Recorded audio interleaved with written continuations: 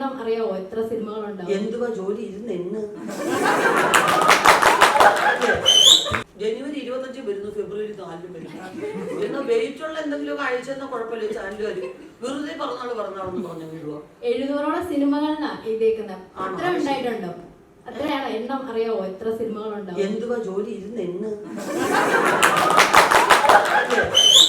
ഞാൻ എടുത്തതല്ല കേട്ടോ. ഇത് എനിക്ക് ആരാണ്ടോ പറഞ്ഞു തന്നെ. നിങ്ങൾ പിള്ളേരല്ലേ, നിങ്ങൾ കൊണ്ടും ഇരുന്ന് എണ്ണി എൻ്റെ വിളിച്ച് പറഞ്ഞു. പക്ഷെ ഫിലിമോഗ്രാഫി ഒന്നും കൊടുത്തിട്ടില്ല ഒരിടത്തും. അത് നമുക്ക് അപ്ഡേറ്റ് ചെയ്യണം. ഫിലിമോഗ്രാഫിയോ? ധൈര്യമായിട്ട് ജന്തു വെച്ചിട്ട് പേര് ഷിയോണോ? ലിയോൺ ഷിയോ എഴുതിക്കോ.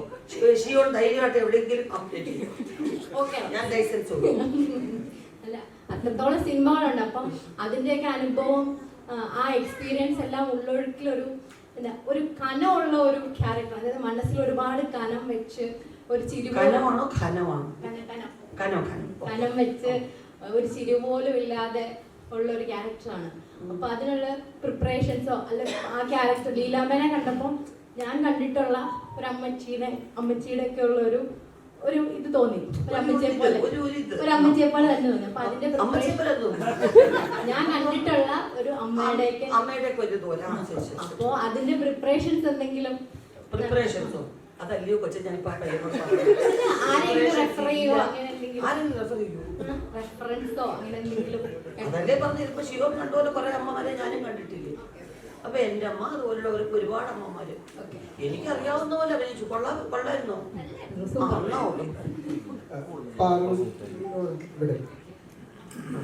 ഈ ക്രിസ്റ്റോ പറഞ്ഞത് ഈ രണ്ടുപേരും രണ്ട് മെത്തേഡ് യൂസ് ചെയ്ത് ആക്ട് ചെയ്യുന്നവരാണ്. ഒരാൾ ഭയങ്കര സ്പോണ്ടേനിയസും ഒരാൾ ഭയങ്കര വെൽ പ്രിപ്പയർഡും. അപ്പോൾ ശരിക്കും എങ്ങനെ ഈ ക്വാർട്ടിസ് ഭയങ്കര അടിപൊളിയാകുമ്പോഴാണ് നമ്മുടെ പെർഫോമൻസ് നന്നാക്കണം എന്ന് പറഞ്ഞാൽ ഭയങ്കര റെസ്പോൺസിബിൾ ആവുള്ളൂ. ഉർവശി മാം എത്രത്തോളം പാർവതിനെ റെസ്പോൺസിബിൾ ആക്കിയിട്ടുണ്ട്?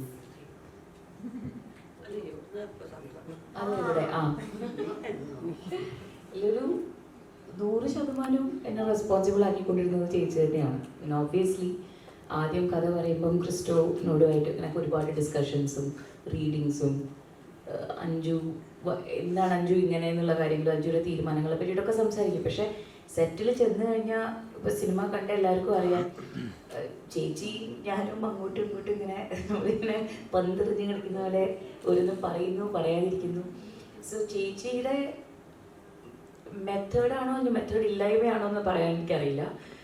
അത് ഭയങ്കരമായിട്ട് എന്നെ ഇൻസ്പയർ ചെയ്തിട്ടുണ്ട്. ഒരുപാട് എന്നെ നമ്മൾ കുറേ പിടിച്ചു വെച്ച് അഭിനയിക്കണം, അല്ലെങ്കിൽ പുറത്ത് കാണിക്കാൻ പാടില്ല, അത് ലീലാമ്മ കാണരുതെന്ന് വിചാരിച്ചിട്ടാണ് പലതും ഉള്ളിൽ ഒതുക്കി പിടിക്കുന്നത്. അതൊക്കെ എനിക്ക് എളുപ്പത്തിൽ വന്നത് ഞാൻ കുറച്ചൊന്ന് റിലാക്സ് ആകുമ്പോഴാണ്. അപ്പോൾ ചേച്ചി ഇല്ലാത്ത സീനിലൊക്കെ ഞാൻ നല്ലോണം ചേച്ചീനെ മിസ് ചെയ്യും. കാര്യം ഞാൻ ഒറ്റയ്ക്കുള്ള സീൻസൊക്കെ ശരിക്കും ആ ഒരു എന്താണ് ഒരു ശരിക്കും നമ്മളെ സ്നേഹിച്ചും നമ്മളുടെ കൂടെ ആ ഒരു കലാസൃഷ്ടിൻ്റെ ഭാഗമാവണം എന്ന് ആഗ്രഹിക്കുന്ന ഒരു കോ ആക്ടറിനെ നമുക്ക് കിട്ടുമ്പോൾ, അതും ചേച്ചിയെ പോലെ ഒരു സീനിയർ. ചേച്ചി അത്രയും ജനറസ് ആണ് സെറ്റിൽ, അത് ആരോടാണെങ്കിലും, എന്നോട് മാത്രമല്ല. അപ്പോൾ എനിക്ക് അത് എന്നെ വളരെയധികം റെസ്പോൺസിബിൾ ആക്കിയിട്ടുണ്ട്. ഇനി അങ്ങോട്ട് പോകുമ്പോൾ തന്നെ ഇനിയും എനിക്ക് ഗുണം ചെയ്യുമെന്ന് ഞാൻ വിശ്വസിക്കുന്നു.